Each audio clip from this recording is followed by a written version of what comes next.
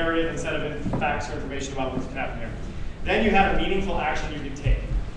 Right? You could actually do something about this right then and there. You could say, I'm going to sign up as a delegate, and I'm going to put my name in to become a leader, and somebody's going to contact me. Right? So that was a meaning. It wasn't just an action. It wasn't just a silly like whatever. It was something you could do right then. And now here we are, and now you're not by yourself. Right? There's actually 50 other people or 55 other people who are with you in this. Right? So now we will be different than you by yourself. Your ability to kind of move forward. That's a community. And all of this is basically just what we call engagement, right? The ability, the combination of how a story with a meaningful action and a community can move people forward together. And this is also really grounded. I'm going to go Greek on you guys again. But anybody know what ethos, pathos, and logos are? Yeah. They are 3 stages that we view a person. They're how they dress, how they speak. Almost if I can remember. Okay, I always get them mixed up, but it's like, how you dress. Are you a doctor? If they're dressed. Close. That's good. Nikki as well. The 3 appeals necessary for effective communication. It's the logic behind your argument, the credibility that you present, and the passion that you provide. Can you say it real loud one more time? Because that's exactly it. The 3 appeals necessary to communicate an effective message. You require logic, which is necessary. You require credibility so that your audience can take what you're saying seriously, and you need the passion and the emotional appeal to persuade. Yeah. So you guys hear that? Yeah. Right? Logic, emotion, and basically morals or ethics. And that is, the reason I bring it up as a Greek thing is because this is like really old. Right? This is not a new idea. This is something that's like the only thing that has truly moved people from their core for a long, long time. And the idea of America's Elect, think about it, is are you guys passionate? Right? Yes. You have emotions about the state of things? Yes. If and when you have passion about it, do you need a logical way to move forward in order to act and make it different? Does Americans Elect offer that? Yeah, it's a very logical, it's mapped out on the website, right? You do this, you do this, you do this. We pay ballot access to the website, you do this, and this. Very logical, very analytic, or analytics, analyzed to move forward, right? And does it feel like a moral purpose or cause? Yes. Yeah. Like something that you believe in, right? Yeah, absolutely. It's all of those things. So you guys are offering like the perfect combination of things to others in order to kind of get them to engage them and to get them to lead. So here's where we dive into stories. And this is what comes back to that other page. Because grounded in the whole thing is where you are coming from. Right? If you don't know that, like almost nothing else will work. Anybody seen Indiana Jones in the Last Crusade, the 3rd one? I'm going to pretend that there's not a 4th one. Thank you. So it's too much alien. So what happened in Indiana Jones in the Last Crusade, the 3rd one with Sean Connery? You remember what it was about? He finds the Holy Grail. It's the search for the Holy Grail. Yeah. And so his dad, who's Sean Connery, has this Grail diary. Anybody remember what was in it? Sorry, ask a question. There was one thing that was not in the Grail diary. Do you remember what it was? It was the word, the correct spelling of the password. So they found that, right? There was a word, and they found that there was one thing. There's 40 years of research into this thing, right? In this Grail diary. They knew everything except the starting point, and everything else was rendered completely useless.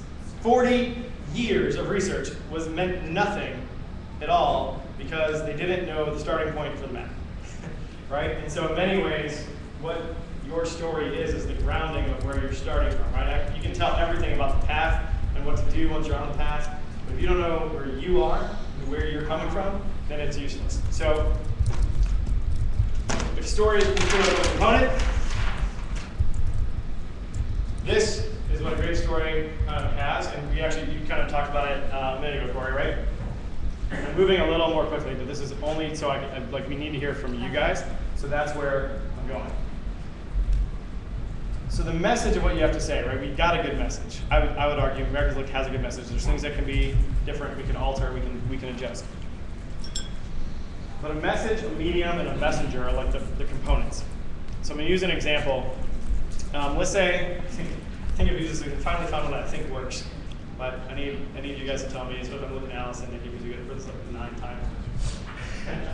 But if I've got an idea for an amazing building that I'm going to create, and I tell you all about this building and all the amazing things that are going to happen in this space and like what it's going to do for the community and everything else, right?